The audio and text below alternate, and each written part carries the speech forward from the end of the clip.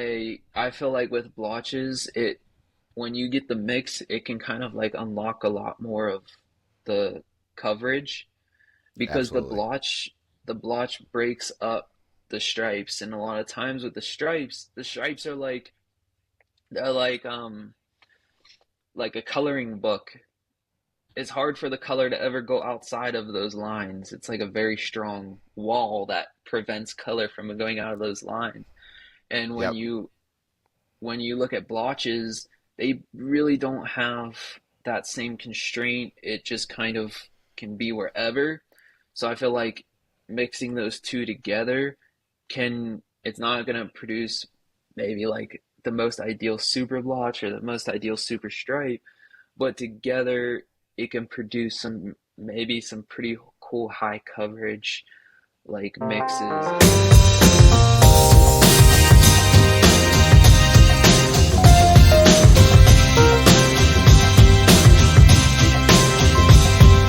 Hey, welcome back to another episode of the Gecko Cove Connection. Today's guest is Jake from Red Rhac. Welcome, Jake. I'm glad to be here. Yeah. So you're actually officially my first guest that I've had on for a second time. So Oh congratulations on wow. being, yeah. It's an honor, So thank you. it's it's fun. I said in half of my videos that I got to bring people back, and you're the lucky one who gets to do it first. Nice. I'm glad to So break that ice on that one. yeah, Paige from Cosmic was on twice, but she interviewed me once. So I look at that a little bit Okay. different. Yeah, but you're the second person I'm interviewing twice, so this will be fun. Cool. Well, I wanted to bring you back on because last time we met, you had just came back into the hobby. Like you were just back, probably maybe a month or something like that, and Yeah. it was pretty exciting time. A lot had changed in your collection from what people knew you and what I kind of knew you from with your YouTube channel. And so I kind of wanted today, we don't have to go over your backstory, which is a nice thing about doing this for a second time, but I kind of want to know exactly where you are now that we're like, I would say, at least over halfway through your first season back. Kind of see what your expectations were versus what reality is. So right now, how many geckos are you running this year? How many babies have you gotten? And kind of talk us through, did it meet expectations? Did it not? Yeah. Well, it was tough because I did make the decisions to pretty much sell off like most of my nicer animals and especially the males. So this year, that's what I was kind of like not looking forward to. I didn't really have any like good standout males. So it was something that I was kind of on the fence of like, should I go out and buy one or should I just focus in-house and like really double down on what I have and think more of like a longer term type of plan. So for this year, that was probably some of the biggest decisions that I had to make is what to pair to what. But it actually ended up now in this, and I have like 6 or 8 babies so far from this year that have hatched Awesome. out, and like I'm not doing crazy this year just because I did start kind of late. So right now I have like 22 or 24 eggs incubating, but it's Nice. almost all new pairings. So it was kind of a blessing in disguise because I feel like whenever you start hitting, like you start striking that gold, you want to keep it going. So you'll keep the same pairs and you're like, okay, or you have like one nice male and then you just spread him out over your top females Yep. because when you know their potential, it's a lot easier to play it safe and just be like, I know this is going to be an amazing pair. They've already produced it before, or I know what they're capable of, so I'm just going to do it again to play it safe and kind of get the highest quality I can. But this year I was forced to not do that and to think outside of the box and just put some new stuff together. So pretty much everything that's hatching out is like first time I've ever seen the combinations. So it's been a lot more exciting for me. So it was kind of like a blessing in disguise of not having like the really nice male to just stud out and instead have to be more creative with the pairings and figure out what's going to be better with what. So with that, and I think that's it's a cool thing to kind of not know what's going to come out, right? It's like your first season all over again, Yes, and yes. which kind of reinvigorates the whole feeling of like, oh man, I can't wait till this egg hatches, Mm-hmm. right? And I'm having Mm-hmm. that right now in year two because last year I didn't get that many eggs, and this year I actually had to put Proslin with a ton of new girls, and I put her with this one or put him with this one blotch Bimini who just I was gonna pair her up with my red blotch male if he was big enough, but he just didn't reach size in time for the season.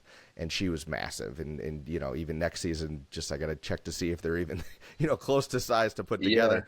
But Proslin worked. And oh my God, my best baby, people are going to get sick of hearing about this thing because this thing came out lava orange and red and just, I cannot wait to see this thing, grow up. But I never would have put those two together if it wasn't Yeah. for just necessity. So it's kind of Yeah. funny how fate takes you there. I want to back up a second and ask you. So you said there was two options. There's the option you went with, which we'll dive into a little bit more. But the original option that a lot of people are thinking about, especially if they want to kind of fast track some success, is to drop down some money and buy a really nice male. In your opinion, now you've kind of reached a pinnacle that a lot of people are striving for with some of the stuff you produce before jumping out of the hobby. With your expectations, what you'd be looking for, ballpark it for us. What's a even reasonable budget in today's lower market for a good male in your opinion, especially one that's almost ready to breed? Because I think that's what's hard for people to wrap their head around is can you pick one up for $800? Or are you I dropping mean, thousands? Clearly, we didn't I choose that route, but yeah. I think like the biggest struggle you're going to have is to actually find one for sale that's at that yeah. quality that you want it to be because really that's what changes the threshold of something that is maybe in like a $1,000 to $3,000 range if you're talking like nice, if you want to get something that's really nice, it doesn't exist on a morph market or anything like that. So what happens is if you do have that type of money, those are the people that go directly into someone's DMs and they have to Mm-hmm. make deals, behind the scenes, which increases the price exponentially of that animal because it basically they have to offer something that's good enough that's going to make a not for sale animal be for sale. So Yep. that is the toughest part to find like a quality ready to breed animal because if they were on morph market, it would be a lot easier, but the problem is they aren't even like out there for sale. So your best bet for that is honestly if you want to find ready to breed, you're never really going to find like a really good quality just listed. You're better Absolutely. you're better off looking for something a little bit younger that has the potential because especially right now in these last couple months there are some really nice animals that aren't going for a ridiculous amount of money that if you're willing to put some time into growing them out and buy them at a baby, you're going to have like true top quality animals for, I mean, I've seen some of them go for, under $1,000. And we're talking like extremely nice geckos. So Yep. I agree. that might not be the answer that someone's looking for of like how to find a ready to breed animal, but the problem is it just doesn't exist unless you're willing to pry it from someone's hands. So if you can have a little patience and are willing to grow something out, that's honestly like almost always the best option, no matter what. Absolutely. I mean, I would say, kind of circling back to just the just to quantify it a little bit, right? Let's say that you do get lucky, you find someone who's willing to give up something that is of that higher caliber, top tier, breeding stock. I mean, if you're looking at anything south of 5K, you're probably not, even in the ballpark. Is Yeah. what I've noticed, right? Especially for a male, ready to breed, top quality. Hell, even some of the top quality males I see on Morph Market right now that are young, under a year old, under 6 months old, are $3, 4, $5,000. And the funny thing is about that, even just seeing, if, all you have to do is go on a Morph Market, search, using the filter of highest price first. Some gorgeous animals will pop up, and I guarantee you, the ones that are for sale publicly, like you're saying, are not their best, right? Hmm.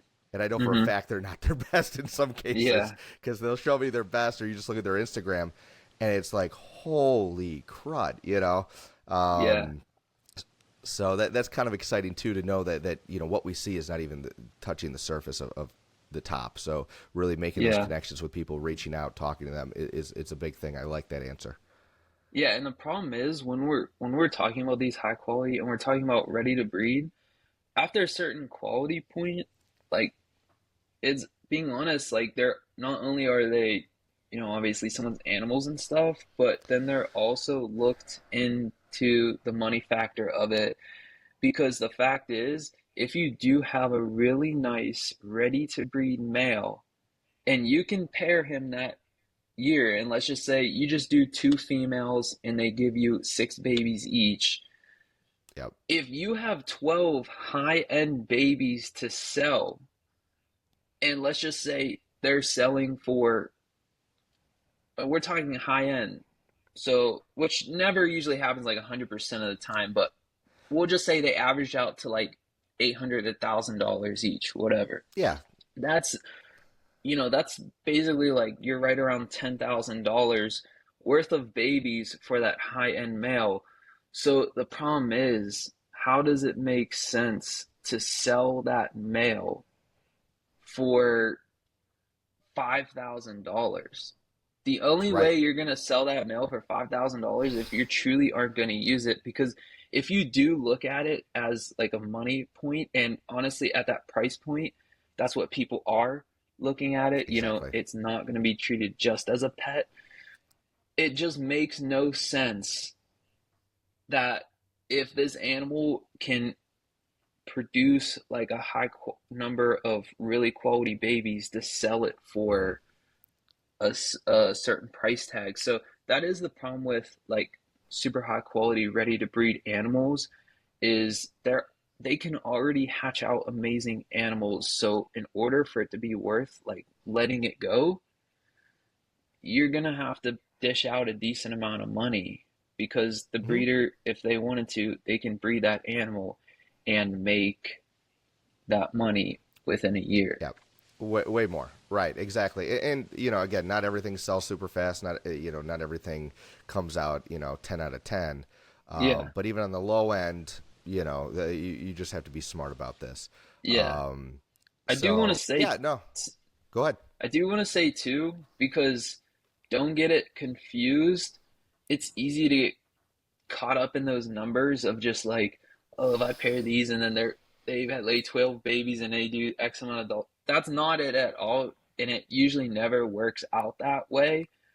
But I'm just using that as an example of what someone might look at it as. So I just wanted to put that out there for someone that is getting into it and Absolutely. that is looking at it as a way to make money. It doesn't really work that way, but it is a way that people have to like look at things if they're going to sell their really nice animals.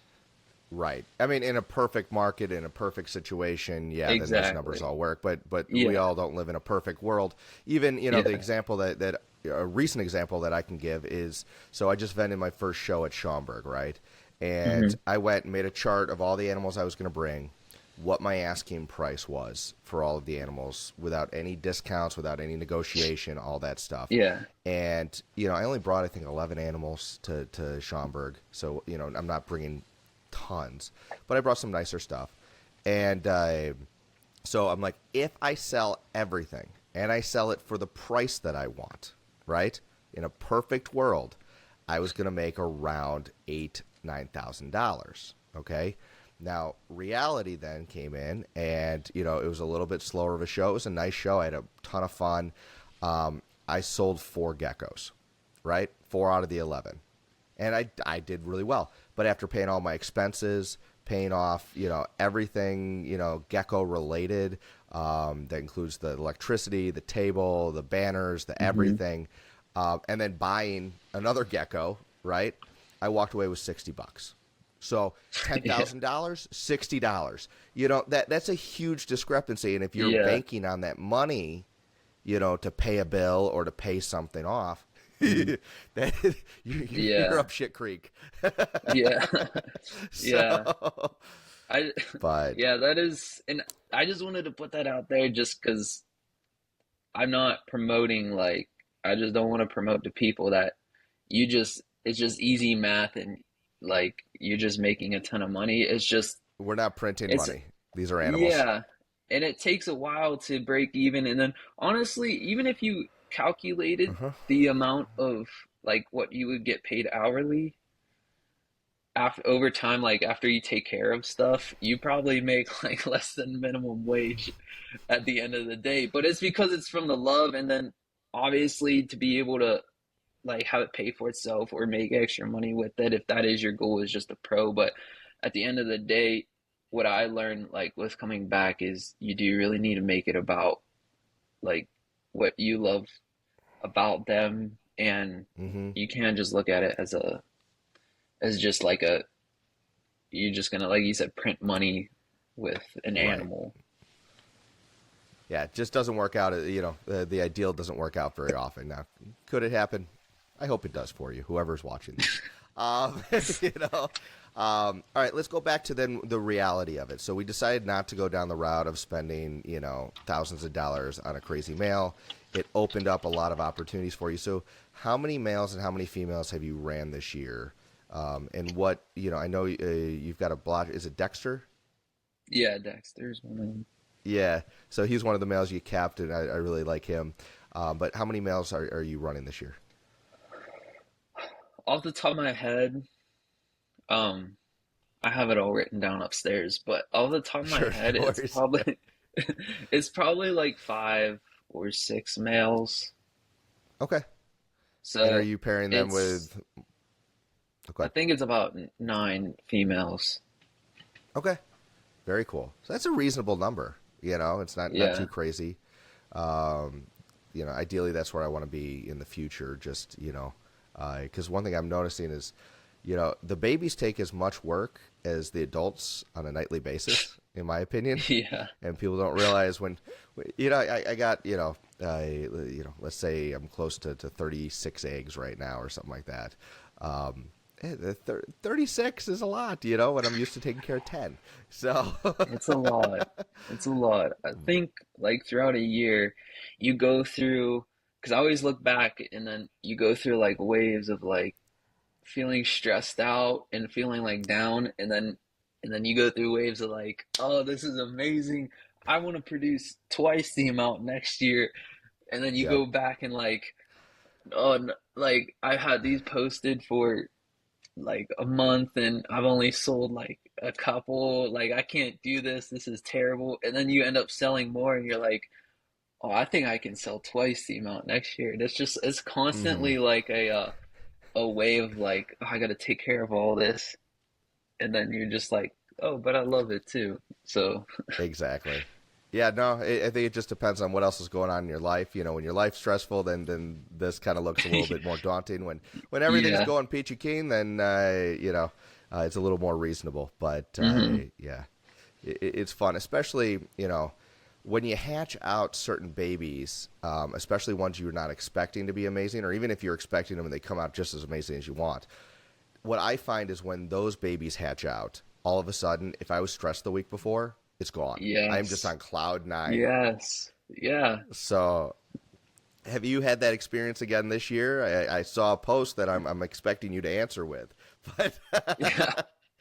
Yeah, I mean, absolutely. It's been really exciting this year. Even though I literally don't have that many babies at all, I did have Dexter and Athena together because I have put them together in past years and they produce really cool blotches. So I decided to Mhm. do that again this year.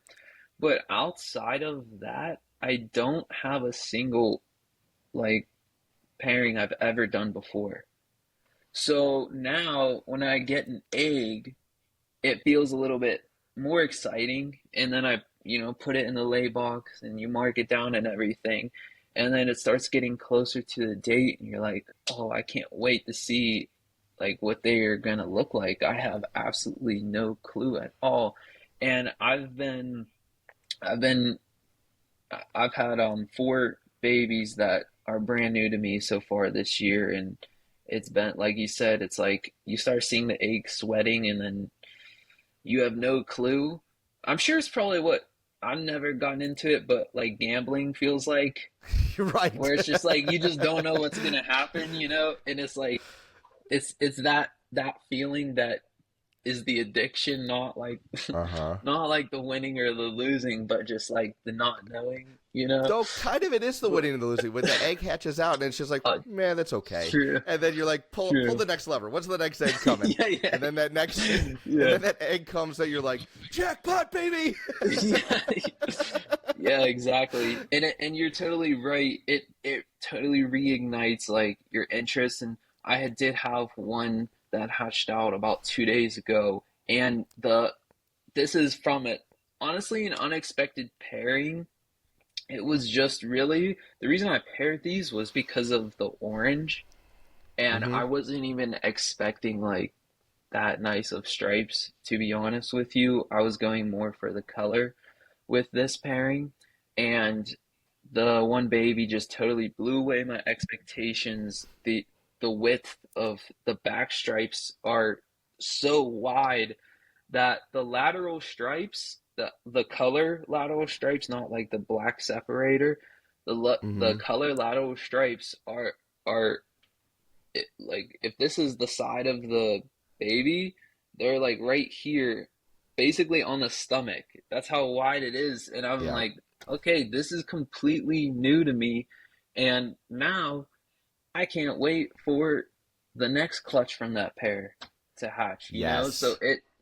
it totally turns around um like in your personal life, like being able to have that type of stuff to look forward to can really make a difference like in your day to day and especially when I mean I've done this for a while, but when I start seeing the egg sweat and maybe it's like 8 p.m.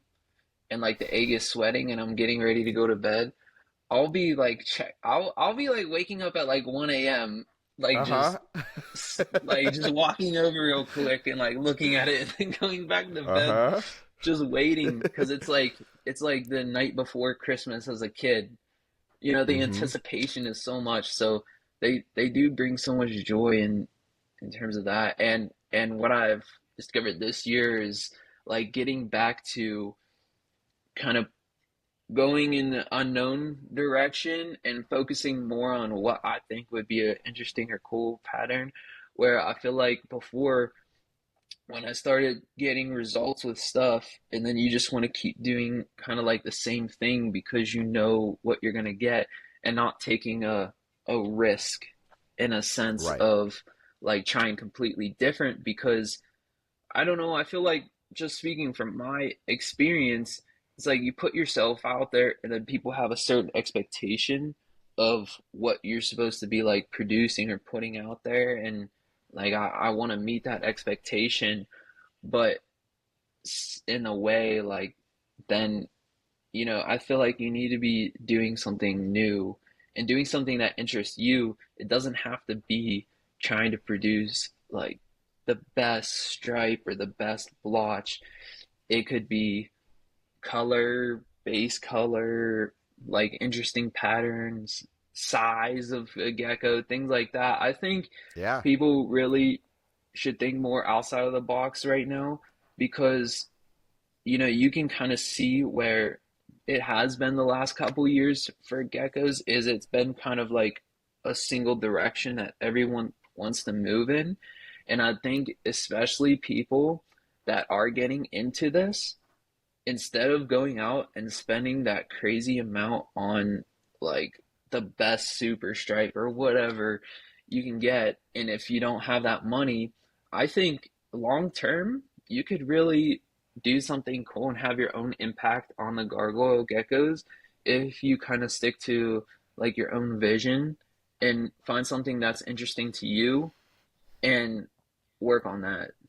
But Yeah. that's what I'm seeing going back to like your question. That's what I'm seeing Or this do year both. is yeah, That's what yeah, I'm hoping exactly. to do. You know, Do yeah, I'll do the both. super crazy stripe, and I'll do a little side project. I got have F1 babies that just hatched out, where I took two. So the F1 girl is from a stripe blotch parents, wild caught, and then the male I got from Aerotonix, who's also a mix between a stripe and a blotch, and he's a super blotch.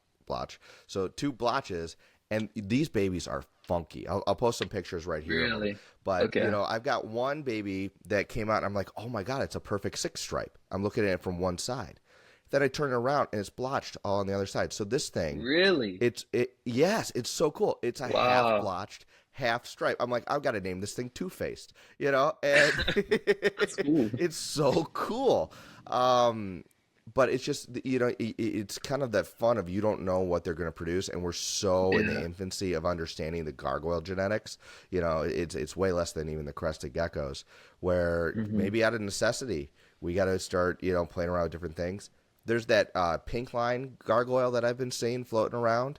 I gotta go and interview him soon, but like that's a cool like unique look to it. Yeah.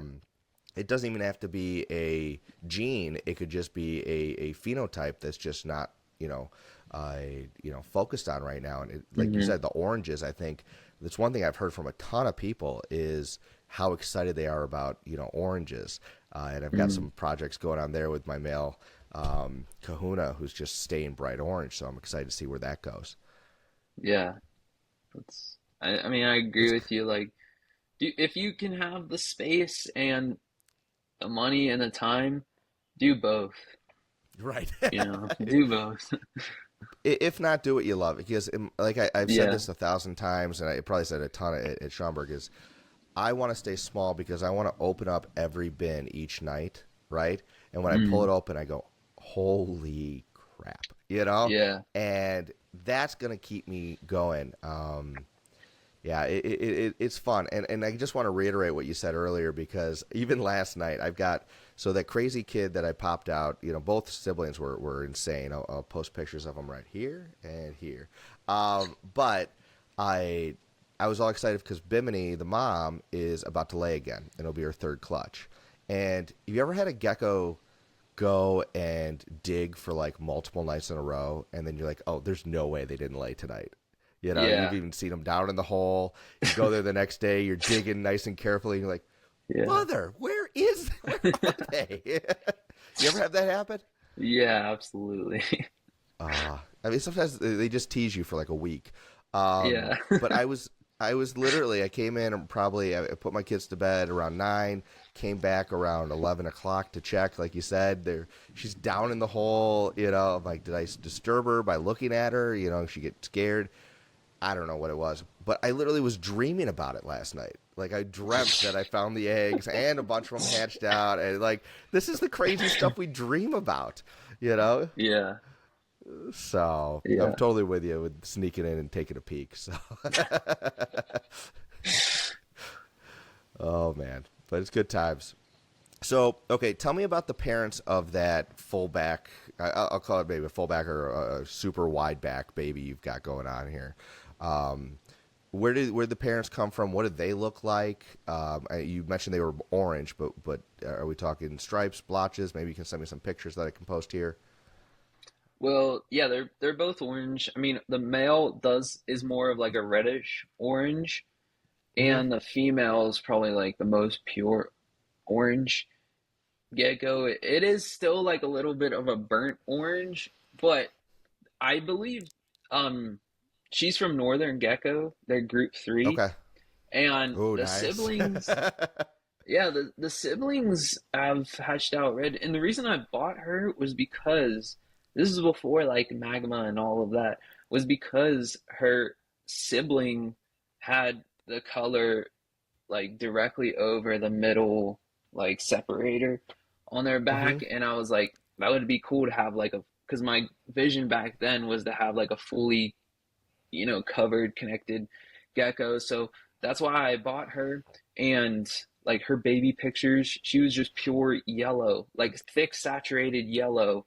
And I believe they Northern Gecko uses her picture for like their available gargoyle geckos. Oh, Actually, nice. if you if you look at their website, I think that's what it was. But you'll see it's like a Yeah. yellow um gargoyle gecko. But that is a pretty I'm giving cool. myself a lot of stuff to do in post, but if I find that on Northern Geckos, I'm going to screenshot it and put it right here. All right, all right. I can't find it. But yeah, it's a pretty cool gecko, and that line usually produces some really nice colors. And then the male, her name is Agent Orange, and then the male is Apollo from Johnny Rax, which you had on here. Yep, yeah, And Johnny on, and he's known for those wide backs. yes, it's crazy. He's one of the few people that when he produces a gargoyle gecko, even if it doesn't like he wasn't the person who posted the picture, Hmm. once you are familiar with this stuff, you can look at it and see like, oh, that's like from That's John's lines. Johnny's. And yeah, you even recognize that from a baby, Yes, not even directly from him, but mixed in with, another animal, you can recognize that. And his yes. his his geckos tend to have like very wide backs. In fact, I did produce one that was amazing that ended up getting split with Jeremy at Hmm. Goliath Reptiles. We were doing a collab. He was able to keep that one, which was an insane gecko, and then he sold that to another person. But his Yeah. male was from John's lines, and it was mixed in with Cleopatra, my female, and still they come out with these super wide backs. So yeah, it's Johnny Rax. I don't even think he has that pair anymore. Okay. Um, and then Northern Gecko. The purpose was for the orange because neither of them are like that nice of like stripes, Hmm. but it turned out to like do Well, we 180 talked like. about this in our last episode. Is there is not that you can't get nice geckos, and I bought geckos without major lineage, but there is something to be said. When you said Northern Gecko Group 3, I know exactly what you're talking about. I've seen them. I've had some of their stuff in my lineage with my geckos, and Johnny. Just go look at Johnny's. Go watch the video I did with him, but also go look at his Instagram. It's awesome, and there's a unique look to his geckos. And like you said, I reached out to you immediately. I'm like, this is a Johnny kid. This is a Johnny kid. Like it just Yeah. it's that obvious. It's like seeing a kid that looks just like their father. It's like you don't need a DNA test. I know exactly where you came from. Yeah. you know and I think that's so cool. I've been I definitely I was hoping to make way more money at the show because I wanted to buy one of Johnny's males that had something similar because they are Mm-hmm. phenomenal. And Mm-hmm. it's still a goal of mine in the near future, is to add some of his genetics. So if you want to do a trade for that baby, maybe I'll make something work with you, but We'll, we'll see. We'll we'll see work that how it out turns later. out. Yeah. Good stuff, man. No, but congratulations. It's kind of fun. Are there any other pairings that you're just excited to see their babies, that you want to talk about the pairings and what you were going for? Yeah, I mean, I have Cleopatra eggs incubating. With her, I don't have a nice enough straight male, so I feel like that wouldn't have done it justice to pair like a okay stripe or like a good Hmm. stripe to her, which is like my best stripe right now.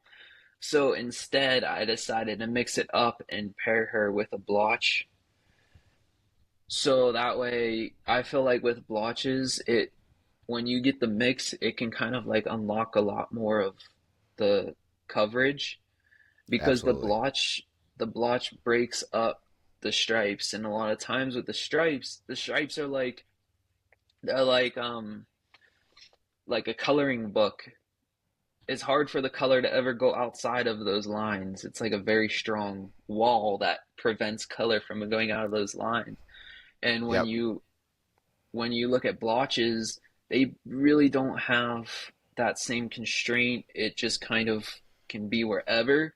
So I feel like mixing those two together it's not going to produce maybe like the most ideal super blotch or the most ideal super stripe, but together it can produce maybe some pretty cool high coverage like mixes of like broken up stripes or whatever it may be. And Yeah.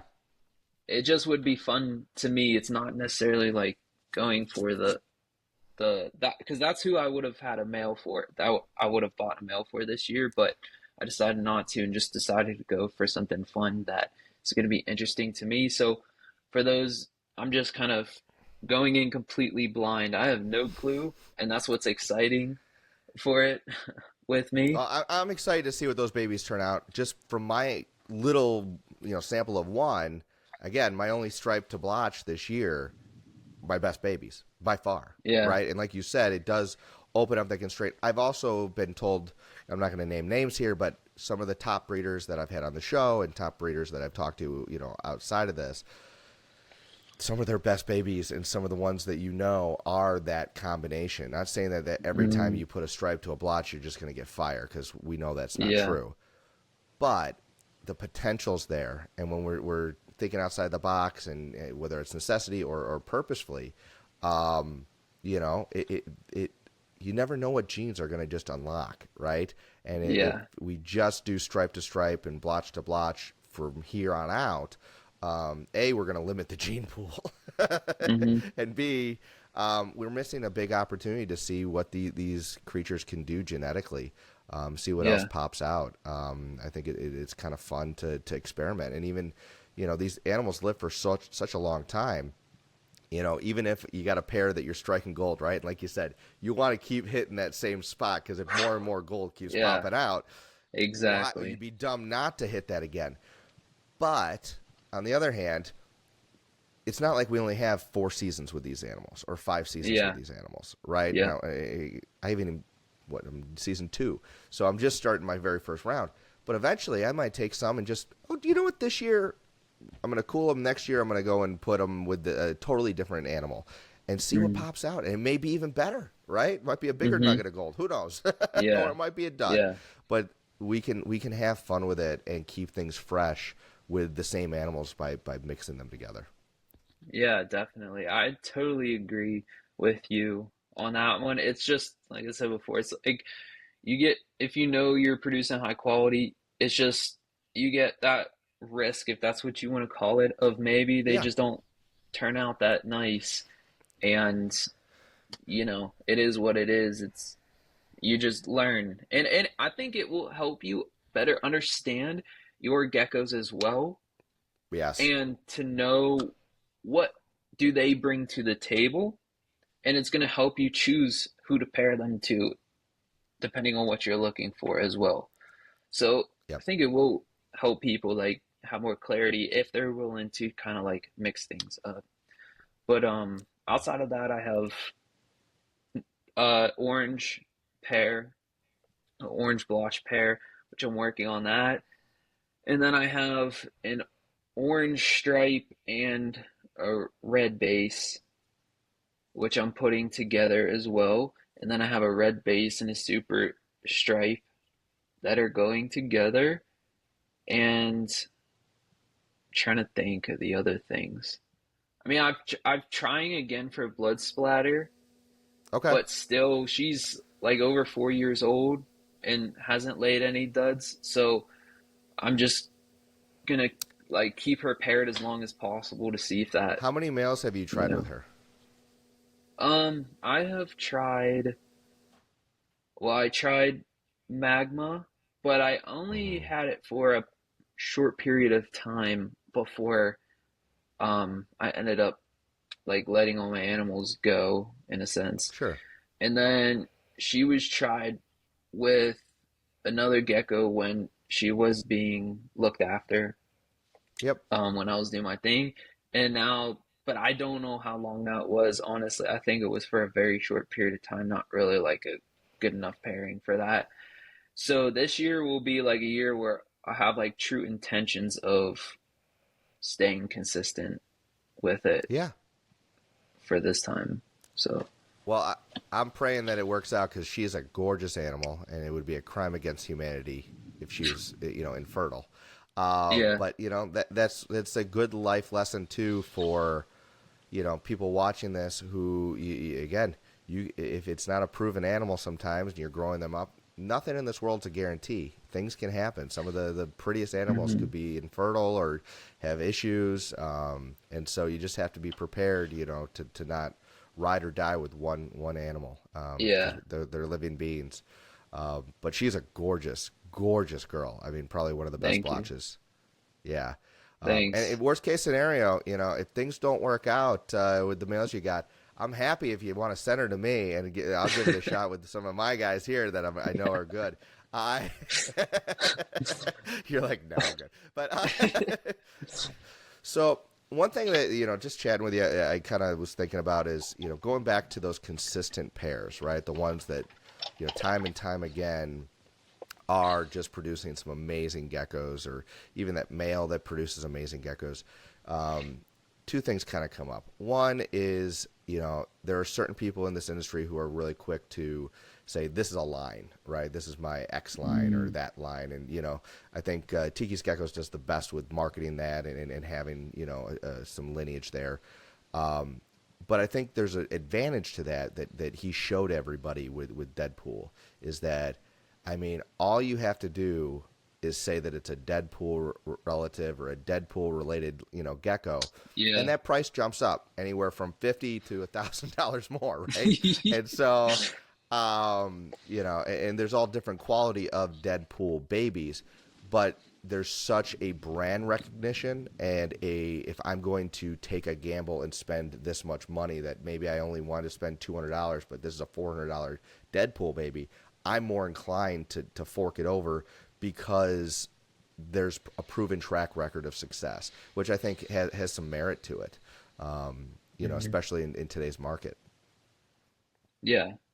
Yeah, absolutely. I mean, for the lines, it's hard to just go out and just start like claiming that you have a line, because at the Yeah, end of the day, it needs to be based around a specific trait. I don't think you can just call it just because it's like colorful nice. or whatever. Yeah, nice. Like it has to be based around a specific trait, and you have to prove out its consistency. That's the whole point of a Right. line, is that you know exactly what you're getting, and pretty much what they're going to be able to produce. So if you don't have that proven out and you just have, you know, like for blood splatter, I just go out, buy her, and then I name her Blood Splatter, and then I just start breeding her, and then those babies are Blood Splatter line. Like that's not a line. Mm. You should really honestly work with a few generations to refine those traits that you want to pull out. So I think for the line, you have to start with the specific traits that you want to see, and then Mm-hmm. you have to work and make that consistent, Yeah. because even if Or you're be lucky multiple, enough to have it consistent, yeah, exactly. because it And is.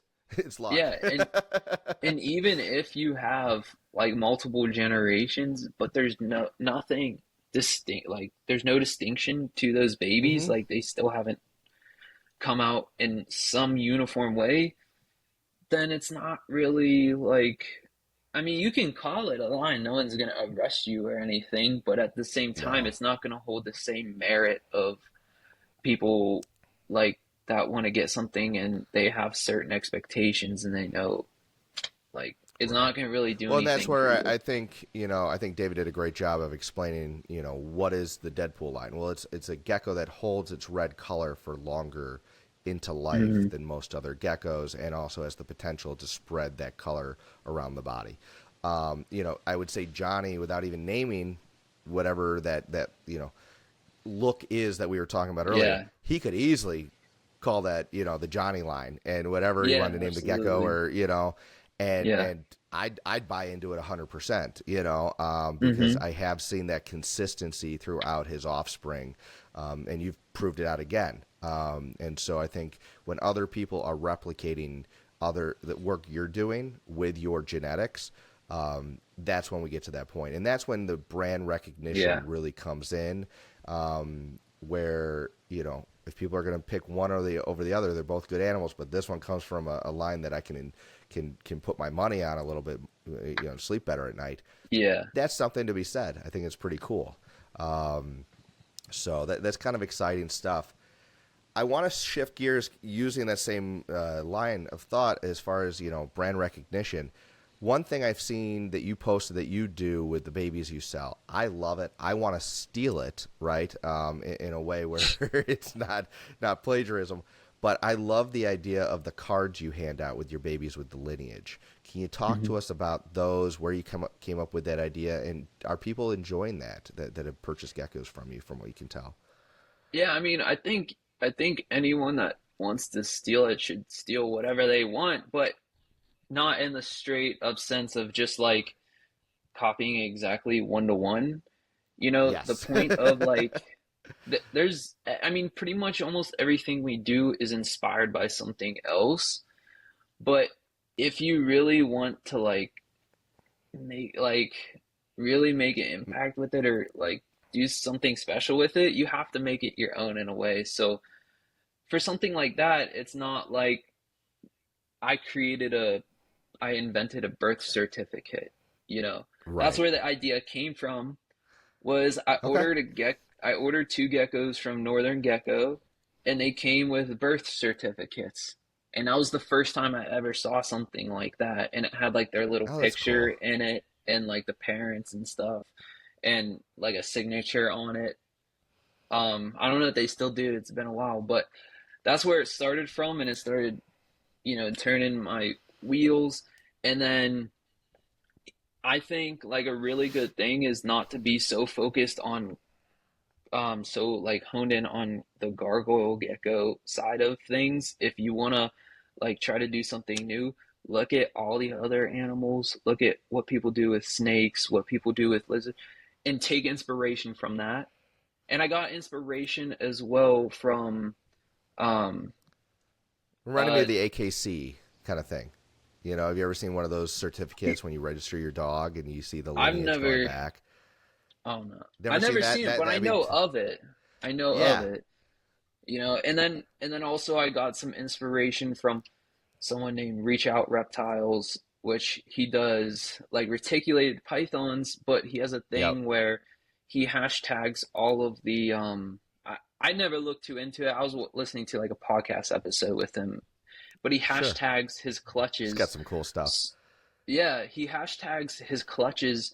So whenever you want to look at like a baby from that clutch, you can just look up the hashtag on Instagram and then see all of the other Hmm. siblings and stuff, and see like how they've progressed. And also Paige does that as well with she hashtags like what gecko it is and stuff. Yeah. So you can look it up by the hashtag and then you can see all of the pictures from it. So it creates like a little Oh, I search love that. database from that. So it's combined with that, and it started off with a birth certificate with I started doing the hashtags, but I stopped because I just was like losing track of like what to tag. And it started off with the QR codes where you can scan the QR code on the birth certificate and then I created a page on the website it would take you to and it would do the dad, the mom, and then on the page it would have pictures, the lineage, stuff like that. And that was to add more value as well for people Yeah. because a lot of times, not a lot, but sometimes you see people they send out shirts or food or whatever with their animals. I mean, Yep. that's great. The thing is, there's not much. I mean, it's cool to have that stuff, but there's not much value to it, and it's just costing you more money to send that out. So I was thinking, what can I do that adds value? That adds value. So if someone wants to resell that animal or have babies and sell those babies, that they're going to do better with that. And what that birth certificate came with. But then it slowly transitioned to a hatch card just because the more I thought about the QR codes, if I ever changed my website, that QR code is to a specific link. So if I ever Right. change that link, it's never going to work again. So then I switched to hatch cards, which transformed from that into like, well, people collect like Pokemon cards or whatever, so that's Yeah. how I came up with that idea. And the hatch card has like the pictures of the parents, their names, and then the baby's ID, and like its lay date. Yeah. And it's just supposed to be there for added value for that animal. And whenever they go to sell that animal, or whenever they want to sell one of its babies, if they sell the animal, they can send that card to the next person, and it adds a little bit more valuable, maybe makes it easier for them to sell that animal. And then also for the Hmm. babies, well, they have all the lineage information right there. So whatever they go do sell that animal, they have the card, the babies, and whenever whenever they do sell those babies, they have the card to show that person like the lineage and stuff, because lineage does increase the value of the animal. So I just wanted to figure out a way to increase the value for someone buying one of my animals, and whether that animal is $100 or $1,000, I want them to feel like it's a pretty cool experience, and they get the card. And you know, if I never had someone buy like a like just a ton of animals from me, Yeah. the one person, but they can like collect them, like little Pokemon cards or whatever if they I like if that. they Yeah. wanted to. So it was just a way of like, I think people should really think outside of the box and how to add value and pull inspiration from that.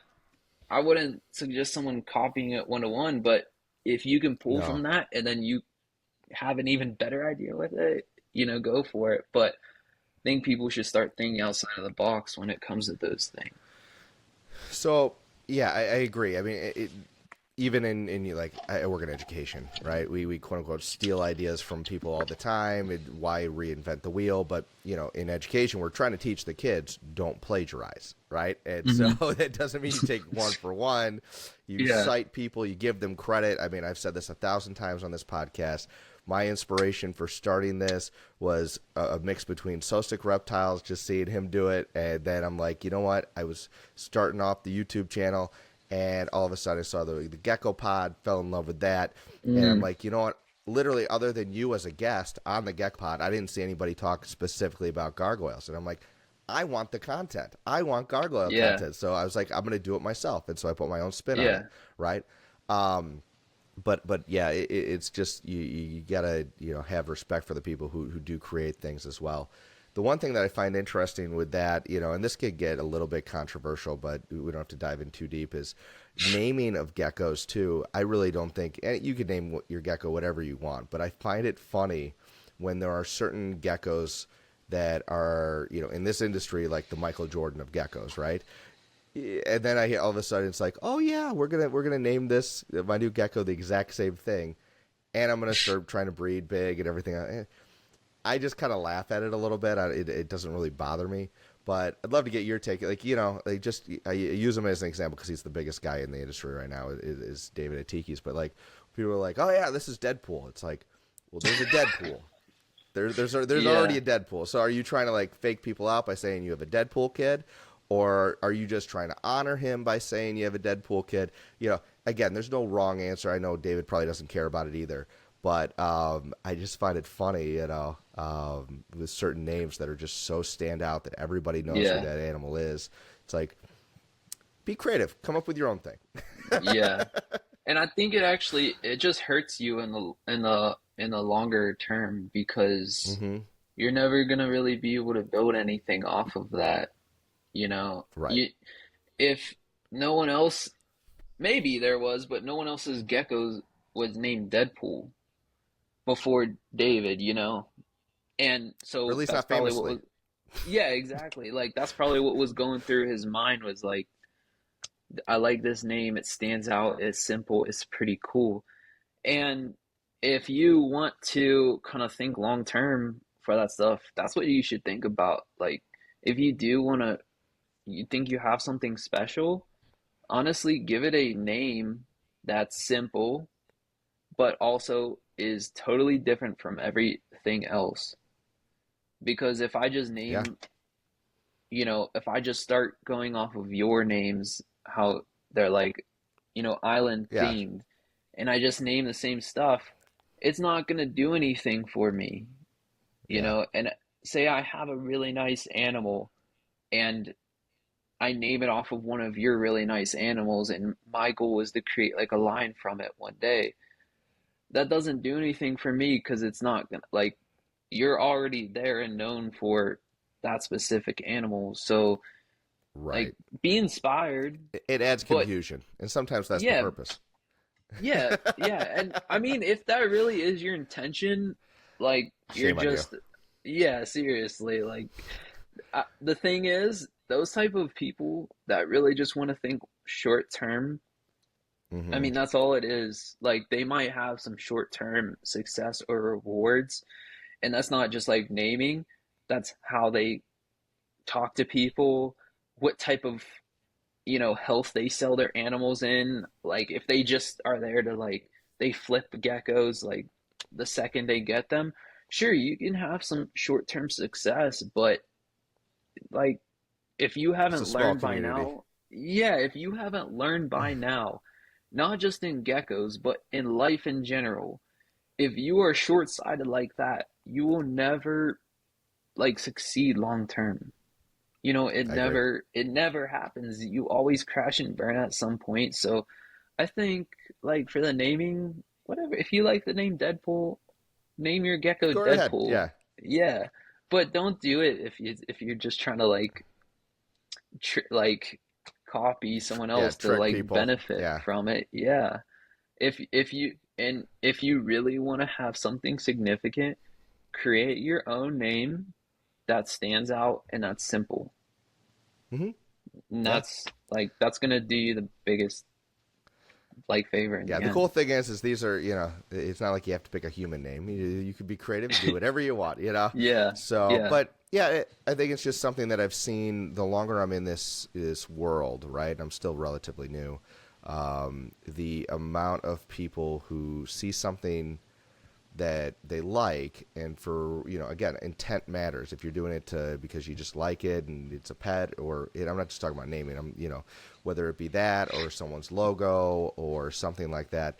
I've seen people just basically change some random crap and it looks almost identical, and it's like, I get it's hard to put money down to build a logo if you don't know how to do it yourself, but yeah, you know, have some fun being more creative than just stealing someone's idea. Just because you tweak one color doesn't make it a different thing.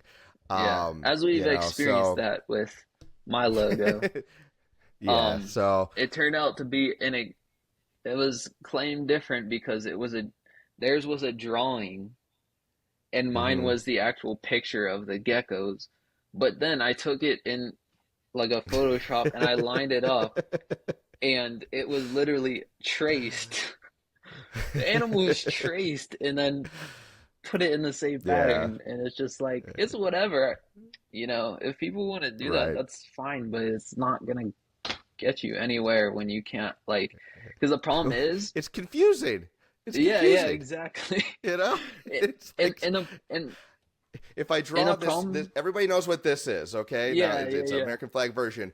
But if that's my logo for my gecko industry, they'd be like, "Is he working for Disney?" yeah. Right? Yeah, Like, exactly. Exactly. And the so problem is, like, I saw your display at the show yeah. and I loved it because it's like Oh, it's thank you. totally different. It came from your mind. Like it stands out, it's special, it's outside of the box. And the Yeah, problem is like, okay, if people want to copy you, they can copy you. They can do the same beach theme and put the things over the cups to keep them yeah, in the dark and everything. But guess what? You're always gonna be, if you're just going by copying people, you're always gonna be like one step behind because it's not coming from your brain. It came from your brain, so you're always gonna be like improving it and having the next idea yeah, with it. The person that is copying is always going to be just like trailing behind because it's not coming out of their own head. Yeah. No, you're right. I mean, but I would be flattered if someone like did another kind of like project like that. Like if your theme was like, let's just say volcanoes, and you made a huge giant volcano with lights up top and geckos throughout the volcano. I'd be That would be flattered. You cool. know, if I Yeah, that's inspired a pretty whole bunch cool. of 3D displays, that would be badass. I think it would make the show Yeah. so cool. I mean, And it's a even just the you mentioned the covers I did, those I gave I mean, I probably said this about 1,000 times of the show. Carl Vargas, I want to get him on the show. If anybody, I could get a hold of Carl easily, I would love to chat with him. I'll talk to him at Tinley because I talk to him every time I go. But I got the idea from him with the acrylic. I just couldn't afford the acrylic. mm, So I did it with paper. But it's totally his idea that I made my own, because I think it was a great idea. I mean, it yeah. benefits the gecko. Some people don't like it. If you just want to look at something on a table and you don't want to talk to somebody or interact with the animals, you Yeah. just want to look to see if you like it or not. Well, then you weren't going to buy from me that weekend. So maybe that's why I only Yeah. sold 4 geckos. And and honestly, how many like you go through a show and especially being out here in California, like compared to the East Coast, well you got a good show near you. But I got a compared to lot of good Pittsburgh, shows. there's nothing significant. So you come out here, but the problem is one, it's like shoulder to shoulder packed in these places. So it's Yeah. not even like a stress-free like calming experience. You're constantly like people are like bumping into you and you're like trying to weave in between people. And then at the same point, it's like there's so many people crowded everywhere. There's so many times where I'm like just like, you know, three people back like just looking over and Mm-hmm. their display looks like everyone else. So honestly, I'm not even gonna spend the time like waiting in line to get up close to it. I'm just gonna keep walking until I see something interesting. So doing what you're doing, I think that's really good because it breaks up the monotony of everybody has the same stuff and then they see yours and they're like, oh, that's pretty cool. I definitely want to see What's under what there? Yeah. No, I yeah, appreciate exactly. that. I do want to plug, and I'm not getting sponsored or anything by them, but the Schaumburg show. Everybody knows Tinley. Everybody goes to Tinley, and Tinley's fantastic. But Tinley is shoulder to shoulder. Like you're going to be hated if you don't wear deodorant at Tinley, kind of thing. So it's one of the best shows. So not knocking that. It's the same NARBC, but NARBC Schaumburg. Guys, if you're in the area or if you're looking to travel and not have it so congested, it is the show for you. There's such amazing stuff there. It was so much fun vending it, and there were times where it was dead, like weirdly dead, where there was nobody in our aisle, right? And of course, there's peak times and things like that. But if you want a really high quality animal experience, but not the super crowds, I'm hoping to change that. Hopefully, there are super crowds at Schaumburg. But yeah, guys, it is a fantastic show. So I was honored to be a part of it. And hopefully, I can vent Tinley soon. I know it takes a while to get in, but it'll be fun Yeah. as I grow. But Yeah. yeah, it's good stuff. No, I think we're on the same page with all this stuff. It's fun to kind of mention it, but again, there's no laws to this. We're no one's suing each other. Nobody's saying or canceling each other over this stuff. But I think, there's some etiquette that we got to bring up today, that hopefully people think about when it comes to just, again, loosely intellectual property, of logos and other things Yeah. like that. Not telling people what to do, but just think about it. If you worked really hard on something and spent all this money and time and built up a reputation, and then all of a sudden, someone just takes it, it kind of sucks. So, but anyway, you know what, Jake, I'm really excited to see what you're going to create with some of these pairs. I can't wait to see what I'm going to create. So we're going to definitely share and talk some more. It'll be a Mm. lot of fun. But is there anything else before we kind of wrap up that is on your mind or you want to share about moving forward? What are your goals for maybe next year? What are you hoping to grow upon in this rebuilding process? Well, next year and this year is a focus on in-house stuff. I really want to focus more on that. Felt like I spent so many years of just like always playing catch up in a way because you look online and then you see what other people have, and then there's a nice one that comes for sale, so you go out and buy it because they're like, this person has an even nicer one, so I want to have a nice one. And then it's just like you can just constantly be in that cycle of like, oh, my stuff's not a nice, I need to get the next one. Yep. And that I believe that, that definitely contributed to my sense of like feeling I needed a break from it, because it's just like you're just running towards a carrot on a stick. It's just never ending. And this year and next year is just really going to be focused on in-house. I'm going to have some great males that I've produced that are going to be breeding next year. So I'm excited to really start like hunkering down and focusing on my own lines. And eventually, I mean, obviously you have to mix stuff from outside, but Oh yeah. eventually I would love to be able to have like just all breeding geckos that I've produced, and Yeah. and now I'm getting like Do you those. have any babies that you've held back from years previously, even before you came out, where maybe they're gonna be in your lineup next year or this year? Are you at Yeah, that point, or is that still a goal? I have one female this year, and I probably am gonna have like six males next year that are I tried to all get from one. my stuff. Some of them are looking nice, man.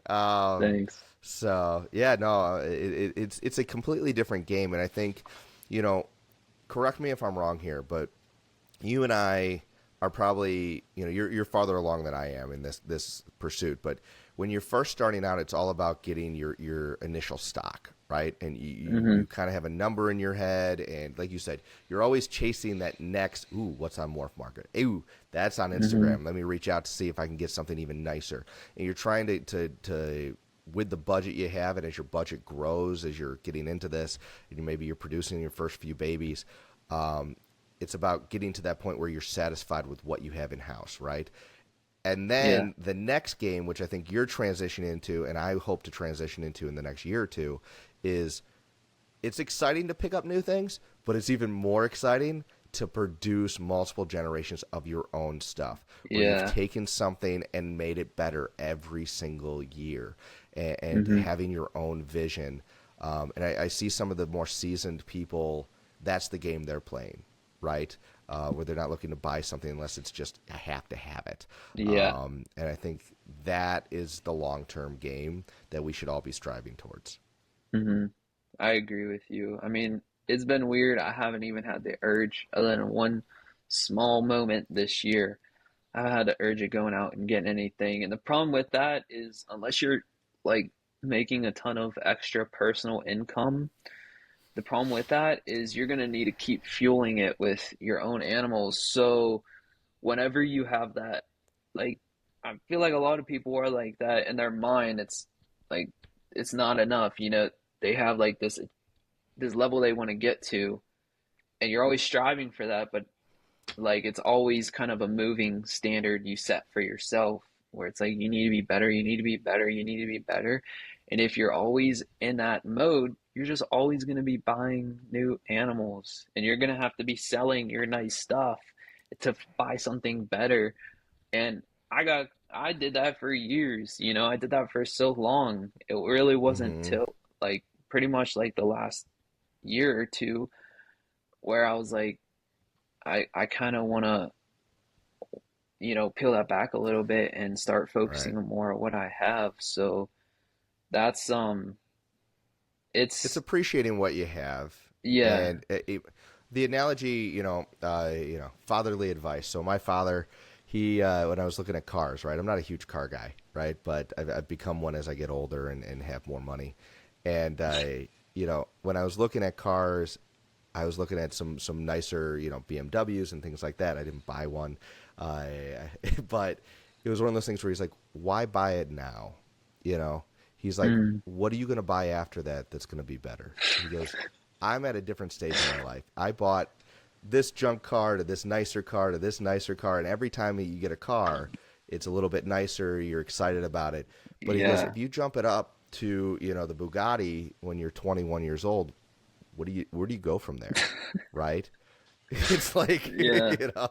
That's a great so analogy. unless you're going to be yeah. So enjoy enjoy the car, enjoy the Gecko you have, use it to the best of its ability, and build over time. And it's so much Mm, more rewarding when you do finally get there.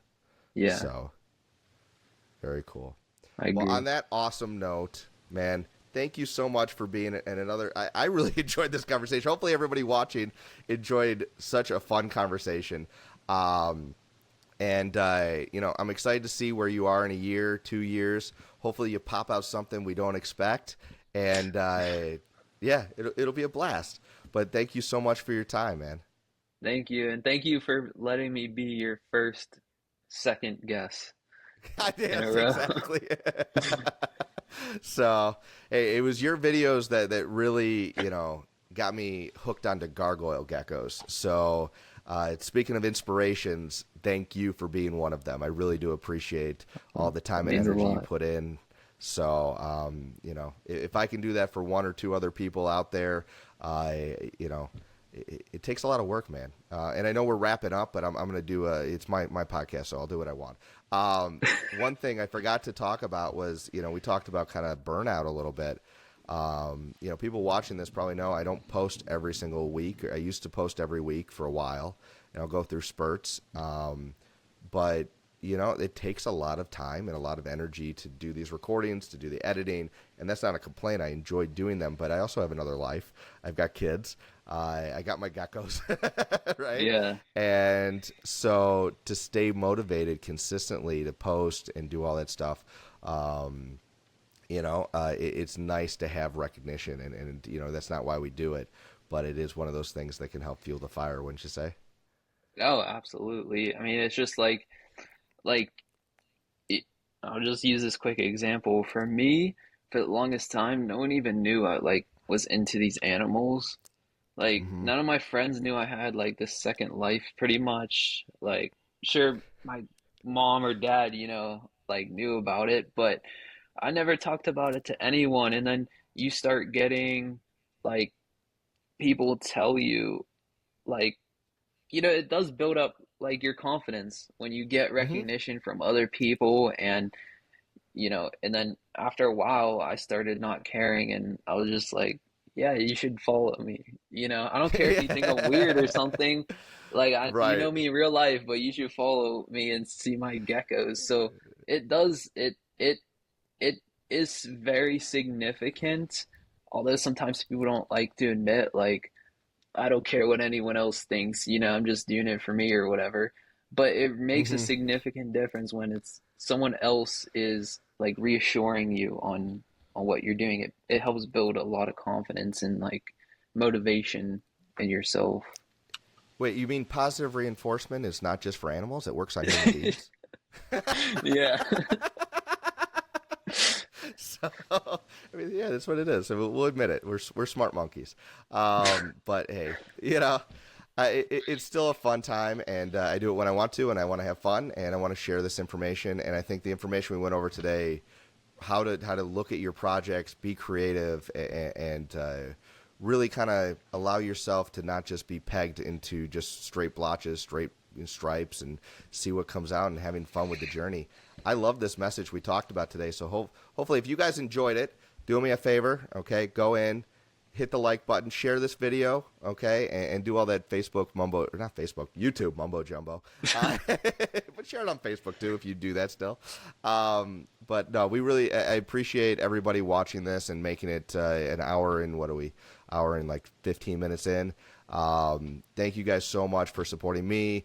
I guarantee you, if you're following me, you follow Jake. If you don't, fix that right now. Go follow Jake on YouTube. Where else can they follow you, Jake? Well, mainly on Instagram, I put a lot of focus on that. I'm kind of like Mm-hmm. you with the YouTube. I don't really post that much, so I started transitioning a lot of like the helpful stuff and everything, posting it on like reels, like quick little tips and stuff Nice. like that. But yeah, follow me on Instagram and message me if you have questions or whatever. Yeah. I think I said this in our last interview, but I did follow your advice. You said that in one of your videos. Hey, message me if you want to ask questions and Oh yeah, figure it out. I totally did that, and you are one of those guys who actually live up to their word. You will sit there and write me a nice long response and take your time. So I appreciate that. yeah. All right. Thanks. Well, again, I appreciate you coming on. We'll wrap this thing up, and you have a great rest of your day. Thank you, Bobby. You do the same. All right. I'll see you around. Bye. See ya. Hey, if you've enjoyed this video and want to encourage me to make more Gargoyle Gecko content, do me a favor, hit that subscribe button, share this with a friend, and maybe check out one of the videos right over there. I'll see you next time on Gecko Cove.